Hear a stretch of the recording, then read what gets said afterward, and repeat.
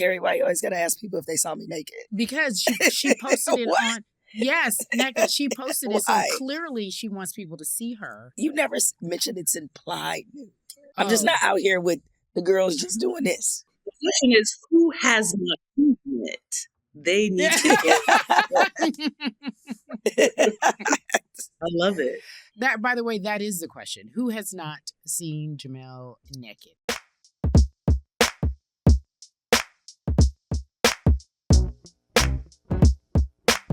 You had a good All-Star weekend. I did. Can't you tell by my voice that I did? I thought you just had a side of rocks this morning. I know. I think you're a little.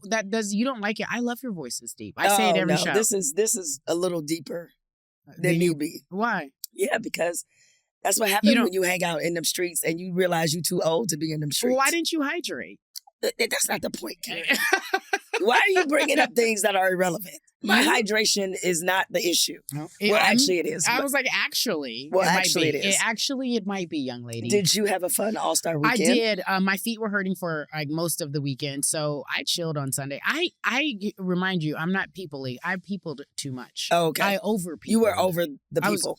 I was over the people, and I peopled too much. I'd rather be, I bumped into, this is so funny, at one of the events, Kevin Garnett's, one of his producers. And I was like, where's KG? And they were like, oh, please, he's at home in a dark cave watching TV. He hates coming outside. I was like, I understand. You're becoming the I was like, Howard Stern. I hate coming outside person. Howard Stern and KG. I you know what I mean? It's the peopling of it all. Not that I'm Howard Stern or KG, but you do, as you get older, you're like, oh, I like to be in my environment.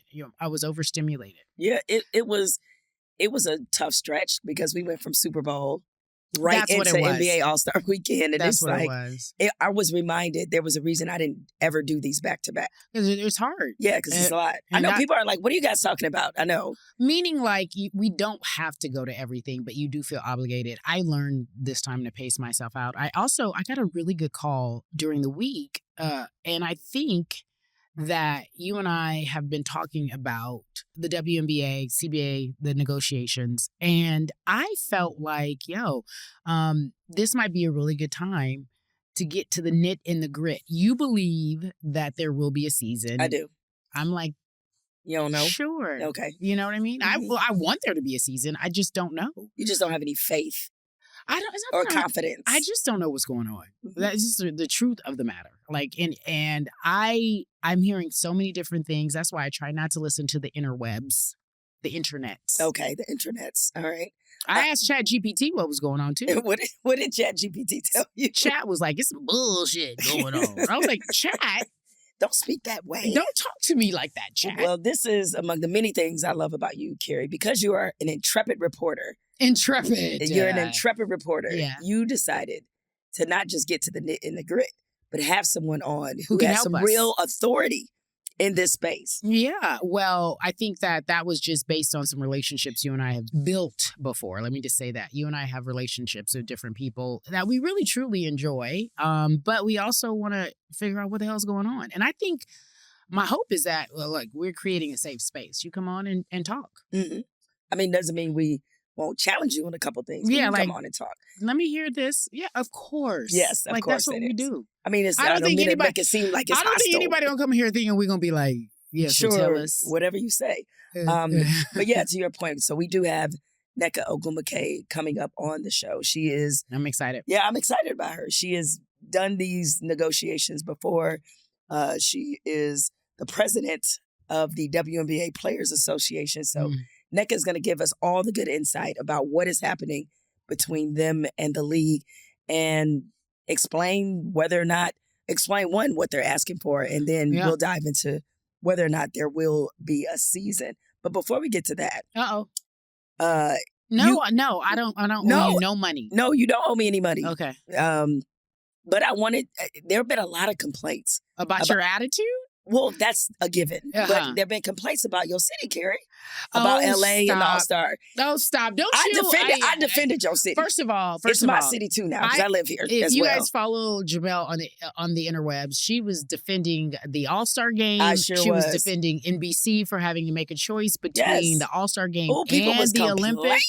Oh my God. She was defending the lack of people attending certain events. Right. And she was like, this isn't genuine. You have to realize my city is not an easy city to get around. Neither is San Francisco. No. And so Super Bowl was at San Francisco, All-Stars in LA. Things are very spread apart. They're on one side of the universe. You know, if you're in Santa Monica by the water and you got to drive all the way to downtown LA, that's a good hour and a half, like with traffic. So I agree. It was very difficult to get around. But we had All-Star here back 2016. Yeah, same went thing. to that one.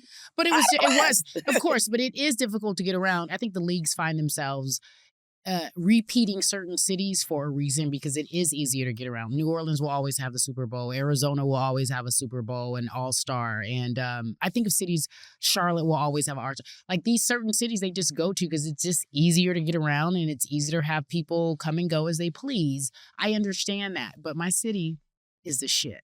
And anybody talking trash about my city, West Side, till I die. Well, people also have to understand, like, this All-Star game, the last one in 2016 was at Crypto. This one is in I will never, first of all, you Staples? lucky you over, yeah, don't come over here with that. Okay, my bag. Staples. I'll pull your hair off. Okay. Don't ever call it Crypto in front of me again. Staples. Go ahead. Correct. Look, they lucky I'll just call it the Forum. It just says, forget it. But anyway. Well, the Forum is a completely different place. I know, but like, it's just where the Lakers play, we know it as the Forum, all right? But anyway, I know. I know. I grew up when it was the Forum. Okay. But I thought people were being unnecessarily harsh on LA. I had a blast. Listen, because I live on that side of town, most of the stuff I went to were on my side of town. Yeah. But people get overly ambitious in these kinds of big events. Mm-hmm. And then they want to blame the fact that, no, you ain't going to be able to move between 4 different places in a city with this many people. You're going to have to make a choice, people. Yeah. And so I felt like people were being a little too harsh on LA. People were being very harsh about All-Star Saturday night. They was mad that it started earlier. Well, they didn't have a choice. Oh, God. Guys, it's like the Olympics are more important. I want people to understand an average of 30 million people a night are watching the Olympics. And for NBC, the hope is that you are watching the Winter Olympics because traditionally it is the lowest rated Olympics that they have in terms of what they give. The Summer Olympics is through the roof, right? Right. But 30 million a night. 30 million is a lot. Look, I have no complaints. I get it. I get LA is a tough ass. That's why I know I got to be honest. I went to Santa Monica on Saturday night and I tried to make it all the way back to West Hollywood. And I was like, you was tripping. I was like, I ain't got it. I was like, I don't have it. So look, I understand it, but I think it's also nice because you get to have a certain je ne sais quoi. We got the Obamas sitting courtside. You know, you got. Did you see that reception? Yeah, girl, don't even start. You already know. The people's I know president. somebody was set off by that. The people's president. Yeah, will always be. And they trying to throw the ball to him so they can accidentally meet him. You know what I mean? Devin Booker was like, my bad. Hey, what's up? You know, what's up, brother? Saw that one play where a player was about to run into the Obamas. Yeah, he was like, and he was like, oh no, not on my watch. Not on my watch. You will be taking me. We will protect them at all costs. That literally had to be so nerve-wracking. Oh, I'm sure. Because if there's been another president, it'd have been like crashing him on purpose. I don't ever think we'll see the president. That'll never happen. We'll never see him courtside at an NBA game. Oh no! When pigs fly, what did never they gonna isn't happen. that an old saying? When pigs fly. That's from sure it is. With that being said, because I'm gonna see myself out with that one. But yes, I thought LA put on a good All-Star weekend, and guess what? The game was actually good. Yeah, people did all that complaining, and the game was good. You didn't watch the game? No, girl. I told you my friend had a crisis the other day, so I was in crisis management. I was managing my good friend. Okay. Nevertheless, as we digress, shall we get to Nneka? We shall get to Nneka. Welcome to Flagrant and Funny, friend. We appreciate you being here. I know that you have been busy. You have a lot going on. Just for the record, just so we know, tell us your exact title in terms of your role with PA. Okay, yes. Thanks for having me. It's always wonderful sharing space with you two. I love you two so much. Thank you. I am the president of the WNBA. Now, does that title come with a lot of money? Because when you're the president of something, no, okay, I don't think so. No, You see how our face didn't change? It didn't change at all. she's like, ma'am. So you have been in the league for how long, Nneka? I just finished 14 seasons. Oh, congratulations. Congratulations. Good for you. So you have been in this transitional space where you've watched it have its heyday, and you've been in an area where it wasn't so hey. So you've watched the change over the last few years, and really truly in terms of leadership, I think you've been guiding the way with the rookies and the players coming into the league. And the big conversation has been about the CBA. And from my understanding, you have been flying around talking to players about what they want and what they need. And I'm really curious if you could tell us about that. Yeah. So, like you mentioned, I've been in and out of different iterations or perhaps like evolutions of this league. And it's been fantastic. I absolutely love the changes that I've experienced. And we are here today where I'm in my third term as president, and this will be my third negotiation. So I voted in the one in 2014, put together the one in 2020, and now here we are. And with each agreement, I guess, with each impending agreement comes, I guess, like different responsibility and different experience in ways that I absolutely love. And so lately, the unexpected time that we had waiting for a response from the league, actually, it allowed the staff and it allowed me to be able to go and meet with the players one-on-one, for me to be able to talk to players one-on-one. I've been hitting them up directly. I've been talking to them on calls. And most especially, I've been able to travel. I was recently in Nashville, and especially after January 9th, the expiration of our last extension, like players were understandably frustrated. And it appears, especially now, that the league and the teams are purposefully creating that environment, but we've come to negotiate. And even though, it's not happening exactly as we had anticipated, our staff at the drop of a hat was down in Miami. I was in Miami shortly after we had the strike authorization vote back in December. I think it was like mid-December, right before we sent the proposal that took 6 weeks to respond. And then in Nashville, we were able to meet with players. And so we got a lot of feedback. But, players are there. They understand what's going on. They understand what moment that we're in. They understand our positioning and the leverage that we have. And so we know that a lot is at stake. Which is also kind of, that's exactly why we're approaching this negotiation the way that we want to. We've been ready since day one. We want to be intentional. We want to make sure that this CBA is reflective of every individual. You know what? Let me ask this one quick question. For our listeners and the folks who will be watching this on YouTube, give me the timeline again.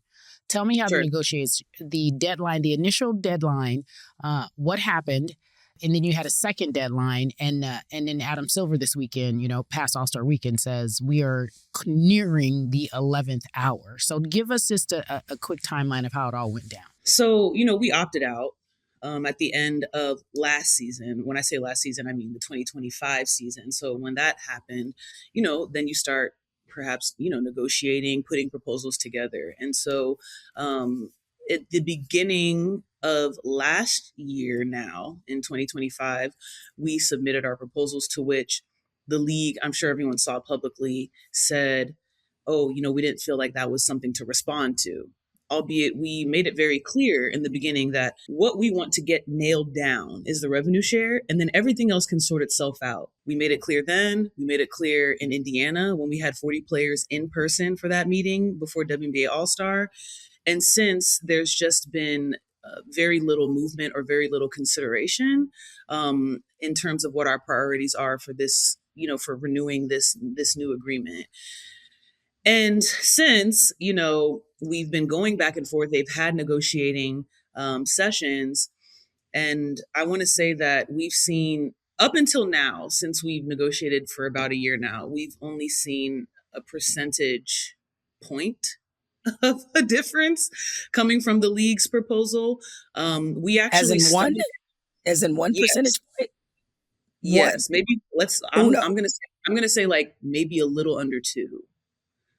So, so for a year, that is not indicative of any real sense of urgency, that we as players have had. We meet every week as an EC. We meet multiple times a week. We have a fantastic EC. And actually, I want to say, when we had just opted out, KP was even on, Kelsey Plum was even on a podcast talking about how we're not asking to get paid the same as the NBA players. We're just asking for a percentage of the revenue. We want to ensure that we are growing with the business that we're building. The NBA, they get 50% of BRI, which is actually closer to 40%. And we actually started there per the suggestion of Breonna Stewart. I don't even think that we were going to start that high. And over time, we've come down and we've come down. To degrees that are not equivalent or equitable to how the league has been proposing. And so when we gave our proposal in December, I think we had now come down to somewhere closer to like 28%. And that was where we had not heard a response for about 6 weeks until just, I believe, this last Friday that we got a response.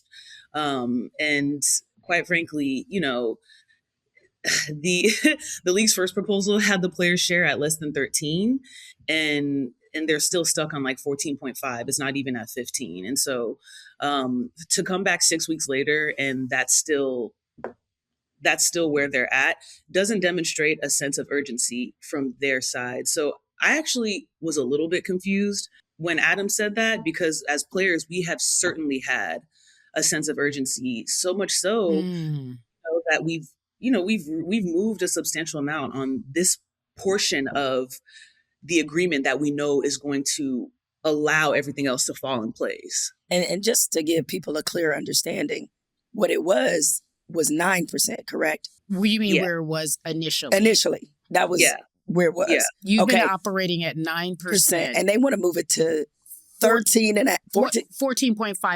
14.5. Yeah. Yes. And you all initially started really high at 40%, you said, based on Stewie's recommendation. And then you brought it down to 28.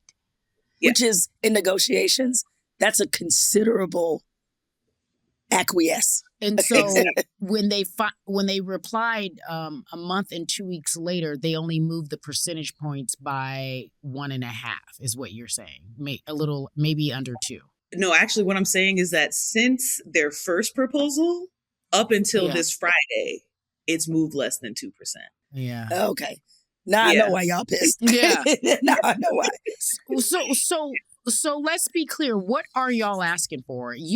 I saw that they responded with, and Jemele and I even talked about this on the pod. I don't even know if you heard us say it. They responded with what they were giving you. I think they, being the league, said they were going to give league pass. They were going to give you guys league pass. Yeah. Okay. I also know that they acknowledged, I will say this, they acknowledged that the roster, those 2 players that are on the roster, that they can get studio apartments. They were saying that some of the people can get, if they meet a league minimum, they can get a 1-bedroom apartment. I did see those things were there. But you all are really stuck on the revenue share. That's where you want to, because you're laying the foundation for the future of this league and its players. And so revenue share is number 1 priority, correct? Or am I incorrect? No, that is correct. That is our number 1 priority. And, at the end of the day, I think a lot of vocabulary or understanding around gross and net has been thrown around. And I know that, I think Kathy has even said that we would be getting 50% of net revenue. But that's after they take considerable amount of expenses out, which is why gross versus net, in my opinion, I'm not really sure is as important as the percentage, because as we know, you can take 50% of everything, or you can take 50% of everything that is left. And right now, we're just not seeing eye to eye on that. And that's what we're asking for. That we know is what's going to help move everything forward. But in addition, which was not something that we had to think about until they brought to the table, was eliminating housing, finding a way to adjust that benefit. And players are fighting very hard on that. I think that there are so many different scenarios that are not being considered, whether it's, players that get traded, whether it's players on non-guarantees, whether it's, players who at this point, based on what they're proposing, would be players needing to find housing who are still making less than what the current max is. That does not make any sense. You would essentially be spending half of your paycheck on housing, and that's if you stay on the same team, let alone being able to have the resources to find housing in an appropriate area, somewhere that is safe, somewhere that's near the practice facility. There's just so many different scenarios that players have brought up that we totally feel is not justified to be included in this agreement. And along with that, players want to have standardization across the board. We want to be able to know that no matter where we're going to have the facilities and the staff and the resources necessary to perform at a high level. It should not be seen as something that is an amenity. It's a necessity, for us to be able to do the jobs that we need to do. And with that as well, I know a lot of players they're passionate about having something in place for when they're done playing. Players that are retiring. There are players that have expressed fair. That's at any job that you labor in. You want to build something for the future, because you can't, especially in sports, you can't do it forever. I'm saying no-brainer things, but I'm curious, and maybe you can help me understand this. Mm-hmm. You said you were confused by what Adam Silver said this weekend in terms of, he said it's quickly approaching the 11th hour. He's not setting a deadline yet. And I'm paraphrasing some of his words. He said that he's been helping behind the scenes, but he's not directly involved. How do you feel that the players are being treated by the league? And look, we know, you have Kathy Engelbert as your commissioner, and we also know that Adam Silver is very much involved in this, obviously. So tell me how you feel as representing the players and talking to them. How do they feel about what is happening in terms of these negotiations right now? I'm not sure that, the league gives the WNBA players as much credit for understanding the circumstances and also preparing for these circumstances. We opted out a while ago, and we've known that there's a lot at stake with this negotiation. And talking to players, I would say that they don't want to have to be in a position to be waiting and not knowing what's going to happen. We don't want to have to say, okay, we're striking, but we know that it's something that is available for us to be able to get to where we need to go. I think that players are also understanding that there's so many different avenues for them to be able to supplement perhaps whatever income may not fall into their bank accounts if things do encroach upon the season. We have a lot of savvy individuals. We have a lot of young players who understand the business and are preparing for such things. And we have a PA staff that has provided resources for us in the case that they're needed. And I wouldn't say that there's necessarily panic, but I think there's frustration. I think there's frustration across the board, especially after those 6 weeks with no response, because I don't hear any narrative where the delay of the season is put on the players, because that is absolutely not the case. When it comes to labor negotiations, and all the ones I've seen in sports, it's about narrative. Who controls the narrative? And right now, it feels like the WNBA players, as happens in all negotiations, you all are being cast as the unreasonable ones, as reaching above reaching above your station in a way that could negatively impact the league. How do you address the narratives being said about the players and the league and what you're asking for? Jemele, they've been saying that since I got drafted, let me tell you.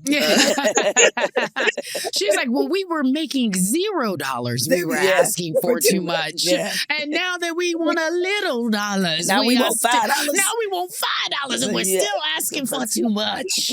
Why so much, ladies? Why so much? I mean, to be honest, I feel like in a way you kind of answer the question. Like, that's the easiest way to tell us no, really. It's really what employers generally say to their employees. Even without regard to gender, but as women, we hear it more, if not every day. And so, following different sports organizations and negotiations, it's definitely the narrative that follows when there's some type of negotiation occurring. But once the seasons are happening, there's no negotiation occurring. The narrative is always, oh, revenue, profits. And so it's a pattern. I think it's an expected pattern. It's just really hard to believe. It's really hard to believe, especially all of these. What do you mean by that? What do you mean it's hard to believe? I think it's hard to believe today with the amount of information we're getting from the league about, team valuations. We're seeing all of these, mega million billionaires falling in line to try and buy a team. I mean, to buy a team now is $250 million. So to weave in a narrative of losses just doesn't make sense. And I think that they're trying to. Okay. Yeah. So that is one of the narratives that we have heard, that what you all are asking for will result in a considerable amount of loss for the league. I think it was, and I just hear different numbers, $700 million in terms of losses per season if they acquiesced or met the terms in which you all want. And for you, you're just saying that's just hard to believe. Show me, open up the books and show me. Make the math. Is that what you're saying? Yeah, it's hard to believe. And I think also, too, you can't in one conversation tell your employees that, that we're losing money, but then, tell investors and future team owners, like, look, the business is great. We have a sustainable model. I think that's something that Kathy says a lot, saying that they have a sustainable model and that the league can afford to do certain things like charters, because we have a sustainable model. But, when we're talking about profitability, there's a lot of conversation around the expansion fees. And that's something that we are being told doesn't count, because that's not money that is guaranteed every year. Obviously, you're not expanding every year. However, and I'm going to make this clear, because I think a lot of people have asked, we're not asking for expansion fees to be included in our revenue share. We're not asking for a payout. We're just saying that you can't exclude expansion fees from money that makes you money. Because at the end of the day, yes, people need to buy in. Yes, sure. The pie gets bigger and your percentage gets smaller, but because the pie gets bigger, actually that portion of your pie is bringing in more dollars. And then those dollars create as you invest in the business. And that's just something that I'm not sure that they like to include in conversations, because we are fully aware that those expansion fees turn into coins. Nneka, I saw some quotes, anonymously quoted players. I don't know if you saw them. I think it was in The Athletic about these labor negotiations. Now, obviously, as a leader, you've gone around, you've met with players. A lot of players don't want to strike. Some have opinions about the leadership, as in the executive team leadership of the WNBA PA. So how do you address those who feel as if in this moment that you all are not maybe leading in a way that is conducive to a deal getting done? How do you deal with, there's always going to be a faction of players who are sort of against, you're leading us into a burning building, like that have that kind of mentality. So how do you allay those concerns and those fears that those players have? I feel like it's really just about talking to them, getting a feel, when things were further away, when this point in time was further away and we were able to get over 90% of the players to agree on a strike authorization, I think we were doing our best to inform, like, hey, this doesn't mean that one day we're going to wake up and say, hey, today's the day, get your pitchforks. Like, no, that's not how it's going to work. There's so many different conversations that need to be had. And really, the staff does an amazing job of reiterating just what type of leverage we have, what exactly we're negotiating for, and also ensuring that every player is represented. Every player is not the same, but looking back at past CBAs and seeing how we could do better to ensure that, especially that middle player is making something close to the average salary, something that is sustainable. We know We know and we should have max and supermax players making 7 figures in this next agreement. I can stand 10 toes down on that. There's no reason why there should not be a 7-figure deal coming to a max player. But we also have to ensure that it is sustainable across the league for these players who are not max players, which make up a majority of our league, to be heard, to be listened to make sure that we make sure that that experience is taken care of as well. And talking to players has been very helpful in that way to kind of assuage those doubts and those fears and those frustrations, really. But I wouldn't say that a majority of players feel as though we should just take whatever is being presented to us. You said that the players are savvy, they know what's going on, and they are prepared to go other places. That's what I was able to ascertain from what you said. Are you referring to other leagues? Talk to me about the whispers of Project B and what's going on with Unrivaled and how that in UA, like how that all Athletes Unlimited rather. Talk to me about how these secondary leagues really play a role into whether or not these players want to strike. Yeah, I mean, I really do feel like these secondary leagues are both revolutionary, but also not uncommon. I mean, I haven't been playing in the W without an opportunity to play somewhere else. That's always been a thing. I think that the league should certainly be used to that by now. We've always had other places to play, whether it was China, whether it was Turkey or Russia, that have paid us more, and we've had to ensure that we're able to make a living and be valued the way that we should. So I consider them as additive, and it's nice to be able to have these different options. I hope, though, that seeing these other leagues that players know that they have an option to play in, and also that the league is obviously paying close attention to. I hope that it's not lost on anyone to see how player focused perhaps they are. And we can hopefully use that to elevate creativity in this CBA that we're negotiating. As it stands right now, Nneka, what is your level of confidence that a deal will be done in time for the season to start on time? Jemele said a deal's getting done. I did. That is my prediction. She has been saying this on the show. It's almost like she's sitting in the meetings with y'all and she knows. I am not, but she's been like, it's gonna get done. It might happen at 11:59:59. It's gonna happen at 11:59:59. It is gonna happen. 11:59:59. 59:59. With 0.1 second left. With 0.1 second left. All right. So but what's your level of confidence? Do you have that kind of confidence, Nneka, that Jemele Hill has? Well, I mean, honestly, you both are speaking the same language as I am. When we share that passion, we know something can get done. Anything is really possible. Everybody wants a 2026 season. So if that is everyone's goal, I really do believe that it is possible. Now, I don't know if I can necessarily rate my confidence, but yeah. I'm someone who errs on the optimistic side. So I am confident that a deal is going to get done. Now, when? I honestly feel like that's more of a question for the league, especially after us waiting for 6 weeks. I'm not even sure if I'm able to answer that at this point. They have. So you're saying, and I don't want to cut you off. I want to make sure that I hear this correctly. You're saying the players have been ready.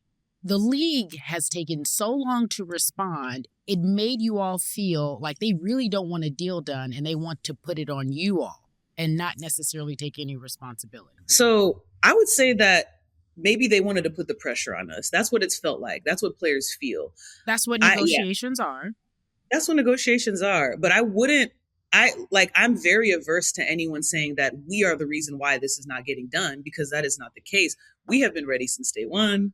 We have had a level of urgency, which is also why I was kind of confused by Adam's comments, at least from our side, but if we were to gauge the level of urgency from the league, it appears more that there was more interest in taking advantage of negotiations rather than actually negotiating. And that's where we were left with 6 weeks to just use that time to meet with individuals. Now we finally got a response back. So I'm hoping that we can get the ball rolling in a way that can give us a timely 2026 season. If you all have to exercise the nuclear option of going on strike, how much, or I assume you guys have thought this through, but what kind of lasting impact could that have on the league, especially at this juncture in the league's history? Yeah, I really do feel like, there's going to be the impact of novelty because it hasn't ever happened in our league. But I think also too, the impact for me, I feel if a strike occurs and when we get this transformational deal signed, it doesn't mean that they both, like, the strike has to happen in order for that to happen. But if the strike also is included in that, I really do feel like it's going to set the tone for CBAs to come. Like, I really do feel like that. I feel as though, and I'm speaking from experience, things have changed with each agreement. And players have changed, the league has changed, our leverage has changed. And so we cannot, I really feel very strongly that we have to stand in unison and we have to stand together and we have to stand strong, because that's also a part of negotiations. In the same way that the league perhaps was demonstrating some level of pressure to be put on us, we have to also, be the example of what it means to negotiate without faltering. And I do feel like that impact will be monumental. Whether we get a transformational deal without a strike or with one, because, we have leverage, and that leverage isn't just about having that strike authorization vote. It's about where we are today for women's basketball. Are you guys in unison? Are you ladies all in unison? Are you a united front when it comes to, if we got to hit this nuclear button, we're going to do it together? I feel like we are. I really do. We talk every day, all day, as an EC. We have a stellar EC. We've seen demonstrations of players using their platforms, and showing how their leadership can continue to keep us bound together. We've had a lot of player engagement in different ways. We've had players being able to speak out. We've had players speaking truth to power. And I'm really proud of the sessions that we have in these negotiations. Obviously we can't let everybody know what's happening in these conversations, but being side by side with these women and understanding what's at stake. And also, something that I really do love is, we're doing this for ourselves, and we're serving kind of as an example for, the fight that everyone always asks the WNBA, like, that we're ready for. But actually, the fight is now. We are the fight, and we want to demonstrate that. But we have a lot of players that are also thinking about what it took for us to get here, who helped us get here, and thinking about the future. And that's what really gives me the greatest hope and the greatest feeling of standing together and being united today. I don't know who the NBA and WNBA, powers that be think they messing with, but they saw these same group of women completely change at Senate race. They changed history. Y'all changed. I'm like, y'all picked the right one and the wrong one. But at even the same before time. that, like, let's just go. And Nneka is old enough to remember Ann was playing in the league when you guys look. Philando Castile. You guys have always been at the forefront of being active and activated and activist, whether it be accidentally or just who you are, and organized about it. So. Mm-hmm. I think that if I'm listening today, I am like, well, what is it that they want? I keep hearing people ask that question. What do y'all really want? When they finally responded, I guess it was maybe February 6th, I don't know the exact date, they being the league, you looked at the response and in your mind you said, this isn't enough. You responded back with, or have you responded back yet? So we are looking to send our response as soon as possible. So I can imagine that that'll happen. Very, very soon. Okay. Mm-hmm. And what is it? We on revenue share right now? Is it yeah. in a big bold note with a check that says revenue share? A note, a post-it, revenue share. What is it? Tell us what you guys want, or your non-negotiable, in short. Yeah, I would say, honestly, like, our non-negotiable right now is revenue share, coming to a meaningful percentage of revenue share for the players. And housing is important to the players. Housing is very important to the players. And of course, having some level of retirement system and program in this next year. Because you guys don't have a pension, is that correct? No. I read that they didn't have a pension. Yep. I also was reading that Either. no 401k. So we're negotiating the 401k, but the healthcare available for retired players is not quite there. What about? I think you said something, or I read. Correct me if I'm wrong. They came back and offered you all a family room for players. And some of their. Sure. You know what, Nneka? I'm not playing with you right now. Don't make Like, that. yeah. Because we were trying to. Yeah, because it was on there. And I'm like, with most arenas, for the men, they all have family rooms, right? So it's not offering that. It's basically like, hey, you can use that room. Like, basically. But what about if you eat too much food? Apparently that's the thing. That's the thing. Don't have your family members taking too much food. They had a thing about that. And at the Warriors did, right? Yeah, they did. They were somebody was eating too much food. And then what was it? All-Star tickets? I think that was another one. They offered you all All-Star tickets, I'm like, right? but why would you not do these things already? I was offended for y'all. That was a long list of things. And wait, did you ask for you guys were asking for those were they just things? like, here? How about this? I think they were asking. Were you asking for those things, Nneka? That was presented to us at the last in-person bargaining session. And to be honest, I mean, the reason why my reaction is like this is because it wasn't even up long enough for us to necessarily read all of it. But what wasn't up there was a meaningful share. Right. Or meaningful. Yeah. Right. I'm going to give you A, B, C, D, E, F, G. Even though you asked for F and X and all that. We got it. Right. Yeah, we got it. So it's a meaningful revenue share. It is you're looking for, the players are looking for a meaningful revenue share. Housing is important. Healthcare for when you retire. A pension of some sort. Like taking care of the players once it's all said and done, because it isn't a lucrative gig and people do have to find work elsewhere and think about a plan B, and they should be taken care of, is what you guys are asking for. Anything anyone who is building a company should ask for. If I ran a company and I was getting paid, my employees would ask for these things. Yeah, there's nothing unreasonable. A lot of companies have gotten rid of pensions. I will say that. I do know that that's a thing. But you're looking for something that allows that looks like that, so the players can be taken care of. Yeah, we're looking for something to build off of for players who, have retired and will be retiring. Obviously, we're looking to be creative with how we can implement something like that. We're not explicitly asking for pensions because I'm not quite sure if we're there yet, but we want to have something that can be provided for players who have retired or will be retiring. And that's meeting in the middle right there. Yeah. They're not saying pensions. You're saying something that can be provided for the players.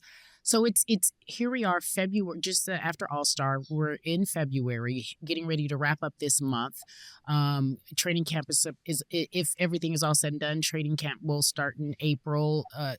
From my understanding, correct me if I'm wrong, sometime in April, and then May is supposed to be when the season begins. May 8th, I read maybe.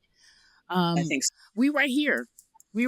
I'm looking. We at the. It's not 11:40 though. I feel like it's 11:45. It's 11:40.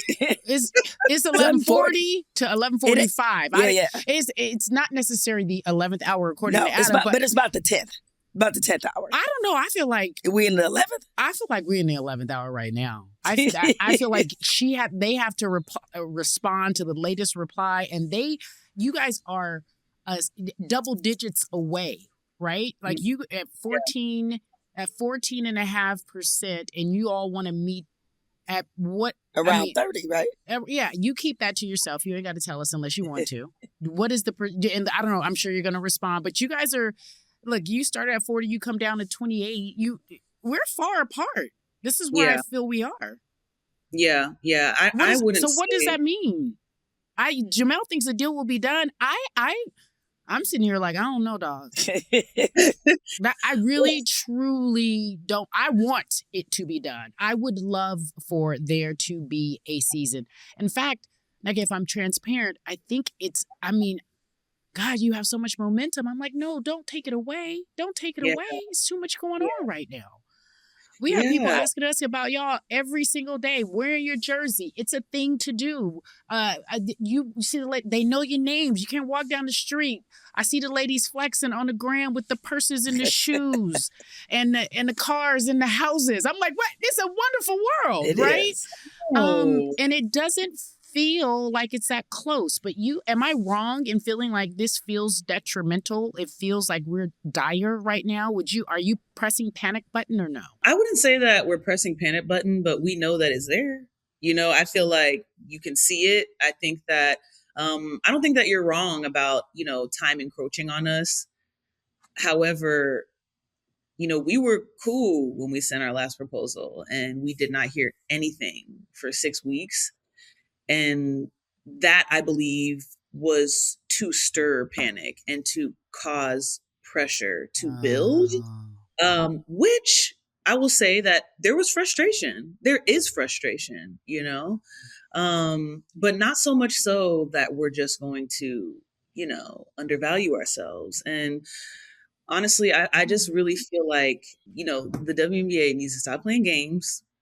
I think everyone just needs to show up ready to make compromises, because if you want us to have longer seasons, if you want us to require more to be doing, for marketing, and you want to take away benefits that are important to us, like, I think they need to just really start demonstrating that they're actually listening to us and showing that our priorities are actually their priorities as well, because we all want to have a 2026 season and we would all like it to start on time. Yeah. Well, it's a cold game in these negotiation streets. And then the whole world is involved, and then you got the internet and everyone is saying something. Like, it's just a tough ask. I appreciate you coming on here and setting the record straight, or at least telling us where things are so you can clear up any faulty narratives that are out there. I think there's several other questions, but one of the things that I was really curious about is if you feel that the leadership of the WNBA can get this deal done. Mm-hmm. Do you think the current leadership that is in place really wants to take care of its players, really wants to see you all in a place where you can thrive and that this league can thrive? That is an excellent question. I want to say yes to that in a few weeks. She's like, I can't say it right now.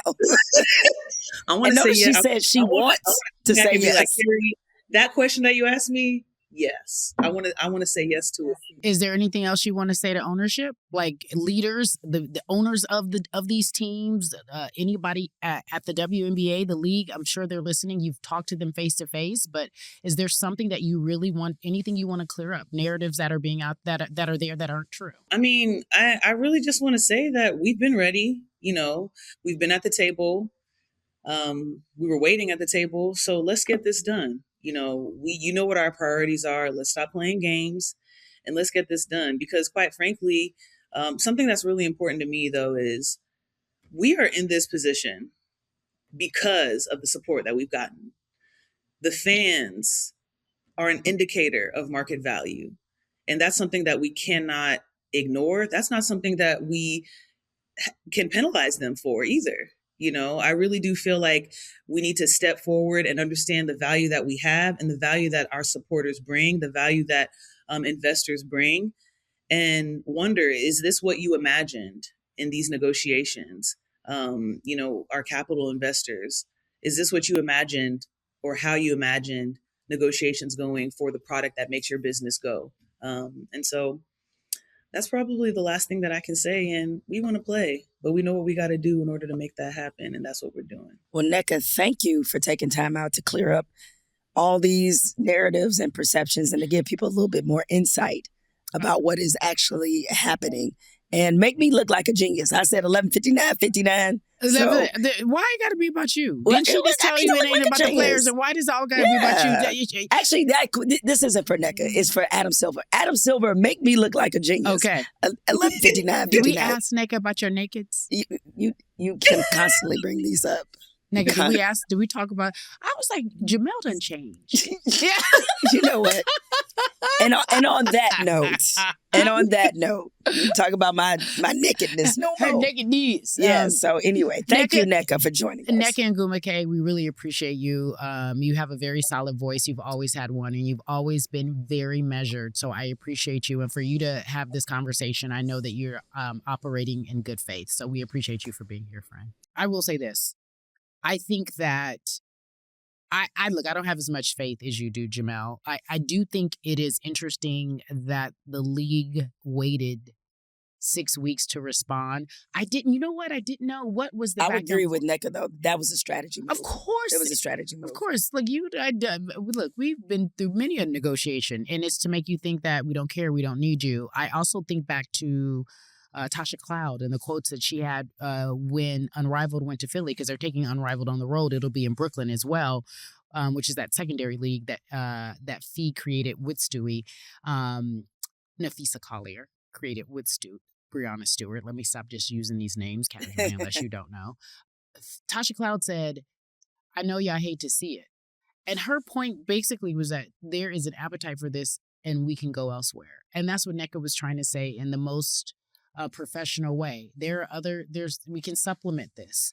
And they're used to doing that because many of them are used to playing overseas anyway. I just don't think that would help the growth of the league. And I think that Nneka agreed with me with that. I just don't see a strike being helpful. I don't see how that look, let me take that back. A strike might help in terms of them showing their worth and their value and people wanting that and the fans wanting the league to come back.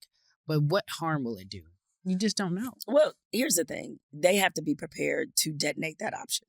And I think they are. She said the panic button is right here. She looked at it. She looked at it right there. This is where I get frustrated with fans who just want them to acquiesce and to give in, is that they need to understand what they're fighting for and what they're asking for. And it just saddens me because routinely fans side with owners. And it's like, no. She said that since she started. She said, look, Nneka said, I've been in the league for 14 years. We've been asking for too much for 14 exactly. years. They always think it's too much. It's just, that is the way billionaires operate. They want to make more money. They want to pay less money.